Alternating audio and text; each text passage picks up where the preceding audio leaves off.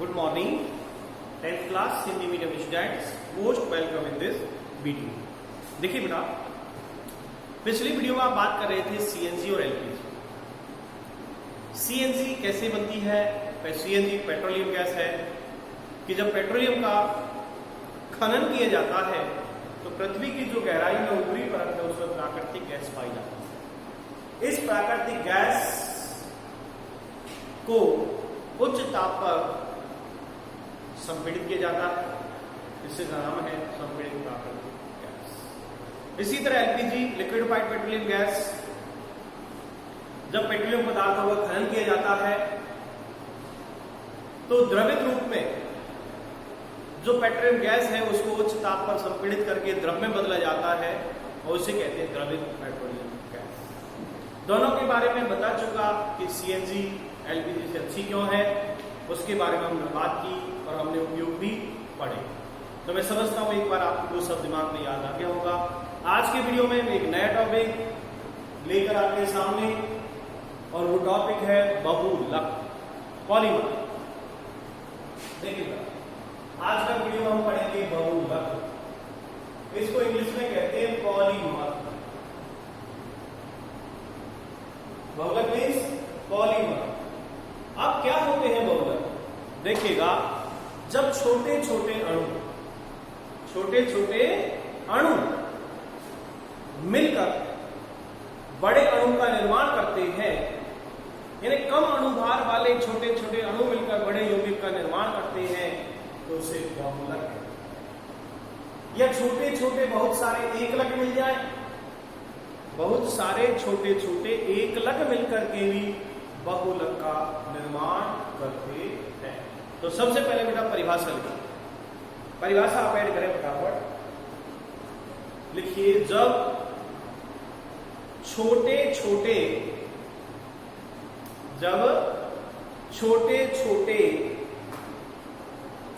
सरलतम अणु, जब छोटे छोटे सरलतम अणु आपस में मिलकर, छोटे छोटे सरलतम अणु आपस में मिलकर एक उच्च अणुभार वाले, एक उच्च अणुभार वाले लंबी श्रृंखला युक्त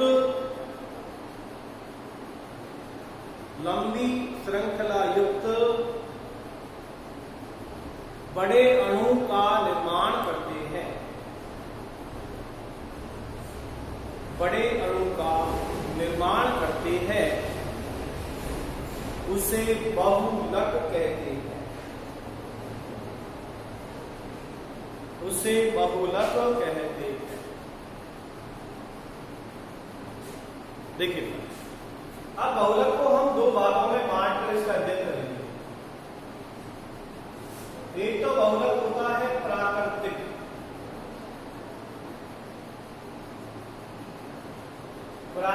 बहुलक, और दूसरा होता है कृत्रिम या संश्लेषित बहुलक। एक होता है प्राकृतिक बहुलक और दूसरा होता है संश्लेषित या कृत्रिम बहुलक। प्राकृतिक बहुलक जो प्रकृति से प्राप्त होते हैं, प्रकृति से प्राप्त बहुलकों को प्राकृतिक बहुलक कहते हैं, और जो प्रयोगशालाओं में, कारखानों में, फैक्ट्रियों में जो मानव द्वारा निर्मित है वो कृत्रिम या संश्लेषित बहुलक कहलाता है। प्रकृति से प्राप्त बहुलक प्राकृतिक, मानव निर्मित संश्लेषित या कृत्रिम। ठीक है। अब प्राकृतिक बहुलक में हम बेटा बात करेंगे, एक उदाहरण है प्राकृतिक रबर। और ये प्राकृतिक रबर आइसोप्रीन का बहुलक है, अर्थात आइसोप्रीन से ही प्राकृतिक रबर का निर्माण होता है। और यदि आइसोप्रीन का बहुलीकरण कर दिया जाए तो इससे पॉली आइसोप्रीन बनता है, अर्थात बहुत अधिक मात्रा में रबड़ की एक श्रृंखला बन जाती है। ठीक है, इसके बारे में आगे पढ़ेंगे। अभी हम बात करते हैं संश्लेषित रबड़, संश्लेषित बहुलक। संश्लेषित बहुलक को हम 3 भागों में बांटकर इसकी स्टडी करते हैं। ठीक है, नंबर 1 पढ़ेंगे हम कृत्रिम रेसिन। क्या पढ़ेंगे? कृत्रिम रेसिन। दूसरा हम पढ़ेंगे प्लास्टिक, और तीसरा हम पढ़ेंगे संश्लेषित रबड़। संश्लेषित रबड़ 3 भाग हो गए, कृत्रिम रेसिन, प्लास्टिक, संश्लेषित रबड़। अब कृत्रिम रेसिन को हम 3 भागों में इसका अध्ययन करेंगे। कृत्रिम रेसिन का उदाहरण हमारे सिलेबस में एक तो है नायलॉन 66, नायलॉन 66, और दूसरा हम पढ़ेंगे टेरिलीन, और तीसरा हम पढ़ेंगे रेयन। ठीक है बेटा? तो कृत्रिम रेसिन में नायलॉन 66, टेरिलीन, रेयन, तीनों को हम डिटेल में पढ़ेंगे। इसी तरह हम प्लास्टिक के अंदर भी हम पढ़ेंगे पॉलीथीन। नंबर 2 हम पढ़ेंगे पीवीसी। नंबर 3 पढ़ेंगे हम PAN, और नंबर 4 हम पढ़ेंगे पॉलीस्टाइरीन। पॉलीथीन, पॉलीवाइनाइल क्लोराइड और पॉलीवाइनाइल साइनाइड या पॉलीएक्रिलोनाइट्राइल कहते हैं PN को, जिससे आरलान बनता है। और चौथा हम पढ़ेंगे पॉलीस्टाइरीन। इस तरह हम 4 प्रकार के प्लास्टिकों का अध्ययन करेंगे। देन हम बात करेंगे संश्लेषित रबड़। संश्लेषित रबड़ में भी हम 2 तरह के रबड़ पढ़ेंगे, Buena S and Buena N। 1,3-ब्यूटाडाइन की क्रिया स्टाइरिन से कराएंगे, ब्यूना S बनेगा, और 1,3-ब्यूटाडाइन की क्रिया एक्रिलोनाइट्राइल से कराएंगे, ब्यूना N बनेगा। तो ये बेटा बहुलक का चार्ट है, और ये यहाँ तक इसका लास्ट टॉपिक है। यदि हमने पूरा डिटेल पढ़ लिया, हमारा 8वां चैप्टर समाप्त हो जाएगा। तो एक बार चार्ट को देख लें, फिर मैं स्टार्ट करता हूँ। बहुलक की परिभाषा आपने लिख ली कि कम अनुभार वाले छोटे छोटे सरल कम अनुभार आपस में मिलकर एक बड़े अणु उच्च भार वाले अणु का निर्माण करते हैं, जिसे बहुलक कहते हैं।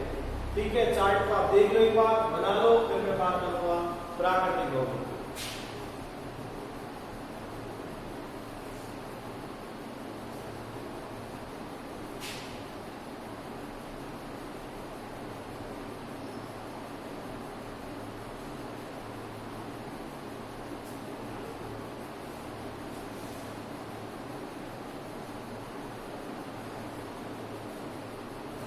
हो गया? देखो बेटा, चार्ट को आप देखते जाए। बहुलक, बहुलक को 2 भागों में डिवाइड कर दिया। प्राकृतिक बहुलक जो प्रकृति से प्राप्त है, संश्लेषित या कृत्रिम भी नाम है इसका, कृत्रिम बहुलक जो मानव द्वारा निर्मित है। प्राकृतिक बहुलक में हम पढ़ेंगे प्राकृतिक रबड़ जो आइसोप्रीन का बहुलक है। फिर संश्लेषित को हम 3 भागों में पढ़ेंगे, कृत्रिम रेसिन, प्लास्टिक और संश्लेषित रबड़। ठीक है, तो इस तरह बेटा हम बहुलक के अंदर प्राकृतिक बहुलक और संश्लेषित रबड़ दोनों की स्टडी हम कर पाएंगे। देन नेक्स्ट मैं आपसे बात करता हूं सबसे पहले प्राकृतिक बहुलक की, कि प्राकृतिक बहुलक होते क्या है और उनको किस प्रकार हम अध्ययन करेंगे। तो देखिए बेटा,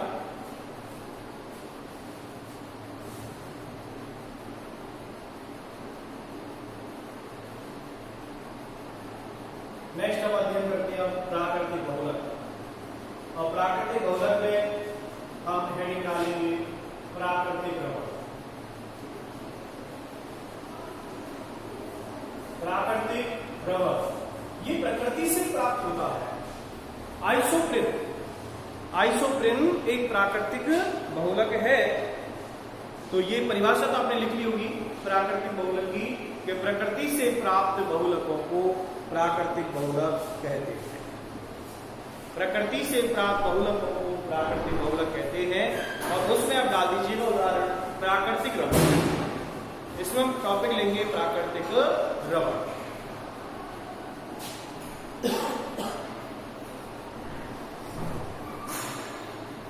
ठीक है, तो इसमें हम देखेंगे कि एक वृक्ष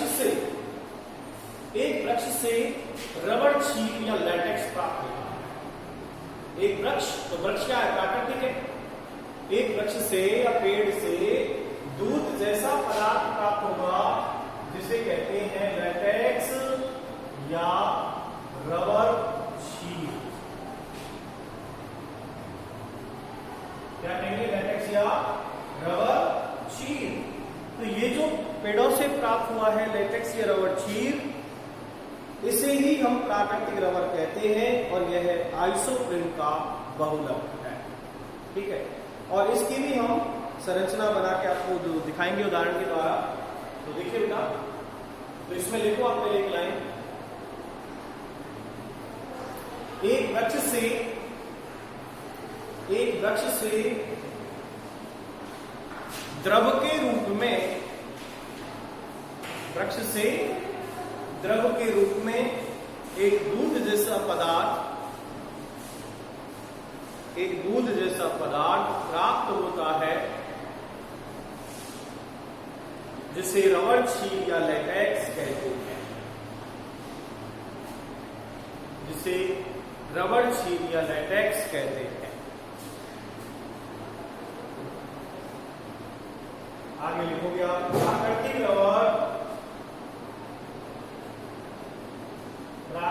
रबर आइसोप्रीन का, प्राकृतिक रबर आइसोप्रीन का बहुलक होता है। प्राकृतिक रबर आइसोप्रीन का बहुलक होता है। तो आइसोप्रीन, और इस आइसोप्रीन का यदि मैं बहुलीकरण करा दूं, क्या करा दूं? बहुलीकरण। आइसोप्रीन का बहुलीकरण कराने पर पॉली आइसोप्रीन बनता है। तो एक लाइन और लिखो, आइसोप्रीन, नीचे लिखते ना, आइसोप्रीन का बहुलीकरण कराने पर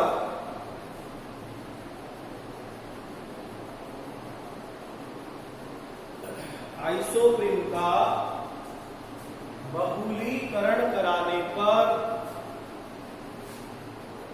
पॉली आइसोप्रीन बनता है। आइसोप्रीन का बहुलीकरण कराने पर पॉली आइसोप्रीन बनता है।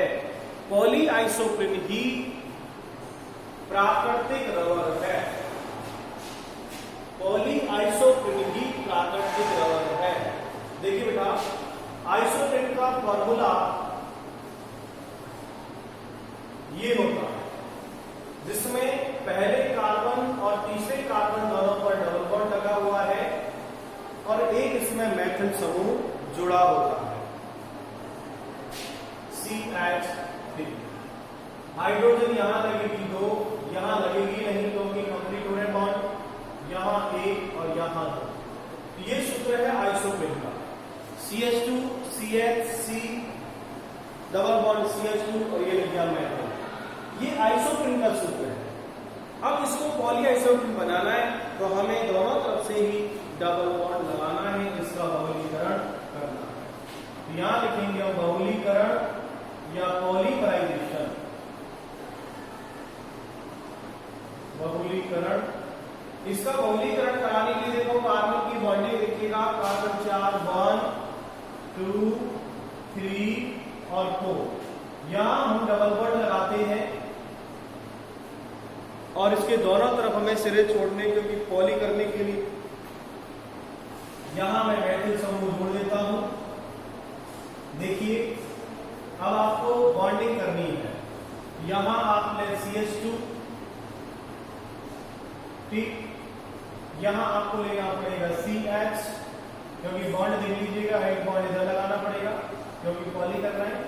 1 2 3 4 बॉन्ड कंप्लीट, इधर भी 4 कंप्लीट, इधर आप ले लें CH2, एक बॉन्ड इधर, तो वो आइसोप्रेन है और ये पॉली आइसोप्रेन है। तो इसका मैं नाम लिखूंगा यहां पर पॉली आइसोप्रेन, और इसे कहते हैं प्राकृतिक रबर, पॉली आइसोप्रेन या प्राकृतिक रबर। देखिए बेटा साफ दिख रहा है, नहीं दिख रहा है, कोशिश करो। इधर जो मैंने बनाया है, अच्छा रह गया थोड़ा सा, चलो उसको मैं वापस लाता हूं, यहीं पर थोड़ा सा रह रहा है, ये ठीक है यहां से।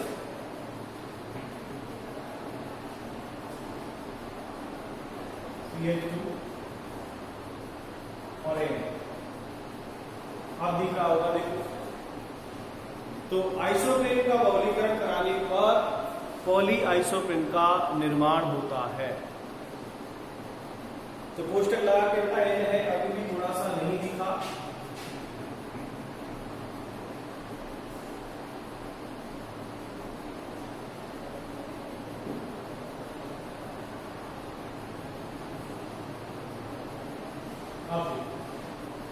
आप अच्छे से दिख रहा होगा।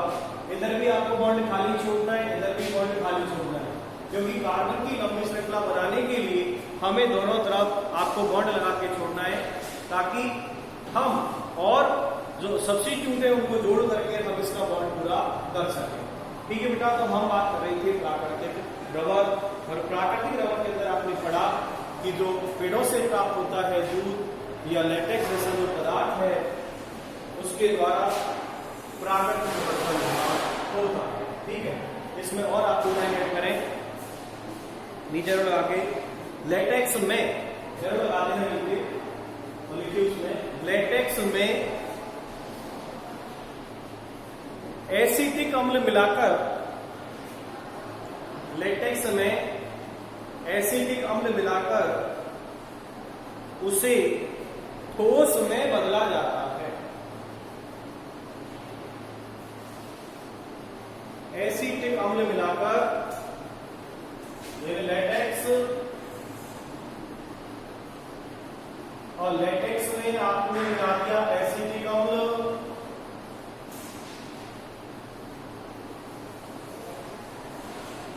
लेटेक्स में क्या मिला दिया एसिटिक अम्ल, तो इसमें बदल गया ये ठोस में।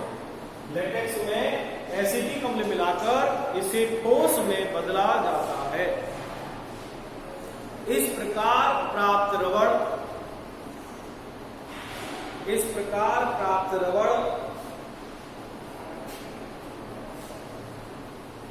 अप्रत्यास्थ व कम तनन सामर्थ्य वाला होता है, यानी ज्यादा ताकत वाला नहीं होता, आसानी से उसको तोड़ सकते हैं। अप्रत्यास्थ में कम तनन सामर्थ्य वाला होता है, अतः इसे ज्यादा उपयोग में नहीं लिया जा सकता। अब क्या करें, लेटेक्स में से मिला के ठोस कर लिया, लेकिन रबड़ ज्यादा काम का नहीं है, तो इस लेटेक्स में क्या है, सल्फर मिलाकर इसको गर्म करेंगे तो ये रबड़ ज्यादा काम का होगा, और इसके लिए आप लोग कहेंगे वल्कनीकरण। यानी यदि हम लेटेक्स में सल्फर मिलाकर और उसको गर्म कर दें तो वो प्रक्रिया कहलाएगी वल्कनीकरण। इस प्रकार जो प्राप्त रबड़ होगा वो प्रत्यास्थ भी होगा और वो ज्यादा काम करेगा। तो इसमें एक लाइन और आप ऐड करेंगे,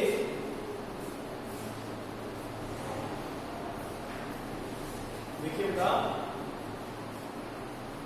और चाहे टॉपिक डाल दें वल्कनीकरण।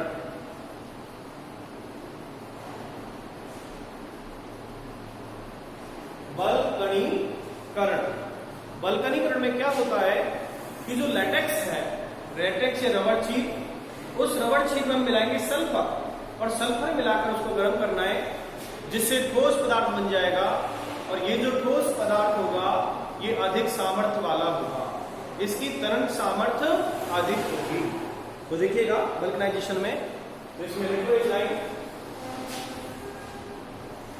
लैटेक्स को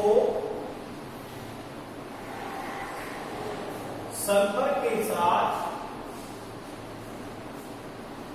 गर्म किया जाता है। लैटेक्स को सल्फर के साथ गर्म किया जाता है। इस प्रक्रिया को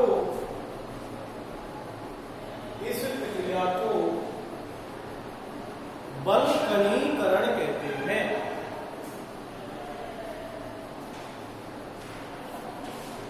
इस प्रक्रिया को वल्कनीकरण कहते हैं। इससे प्राप्त रबड़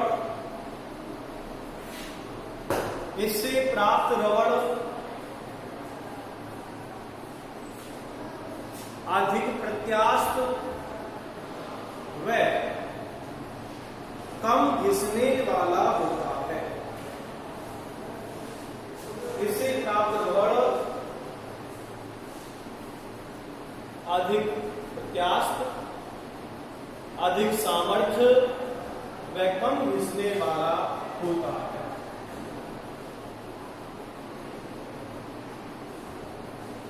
तो देखिए बेटा, हमने इस वीडियो के अंदर बहुलक, पूरे बहुलकों का वर्गीकरण, और वर्गीकरण में हमने पढ़ा प्राकृतिक रबड़, और प्राकृतिक रबड़ के साथ हमने पढ़े प्राकृतिक रबड़ में आइसोप्रेन और वल्कनीकरण। इस तरह बेटा जो टॉपिक मैंने आज आपको पढ़ाया इसको आप कंप्लीट करें। आज क्या मार्कर में भी शायद कम थी तो आपको देखने में थोड़ी सी परेशानी आएगी, लेकिन थोड़ा आप कान खोल के सुने भी और सुनने के साथ लिखें भी, तो मैं समझता हूं कि आप आसानी से उसको सुन भी पाएंगे और लिख भी पाएंगे। आज मैंने जो टॉपिक लिया, इस टॉपिक के अंदर बेटा महत्वपूर्ण क्वेश्चन बनता है। आइसोप्रेन के बारे में पूछ लिया जाता है कि प्राकृतिक बहुलक, प्राकृतिक जो रबड़ है वो किसका बहुलक है, तो इसके बारे में हमें जानकारी होनी चाहिए, हमें याद भी होना चाहिए। इस तरह आप इसको ठीक प्रकार से पढ़ें, रफ में वर्क करें, आप इसका पेयर वर्क करें, तो ठीक प्रकार से समझता हूं कि आप इसको आसानी से कर लेंगे। ठीक है बेटा, आज की वीडियो में आपको मैं इतना ही बताऊंगा। नेक्स्ट वीडियो में आपको संश्लेषित रबड़ लेकर कृत्रिम रेशे और प्लास्टिक की बात करूंगा। इस वीडियो में इतना ही। Thank you very much.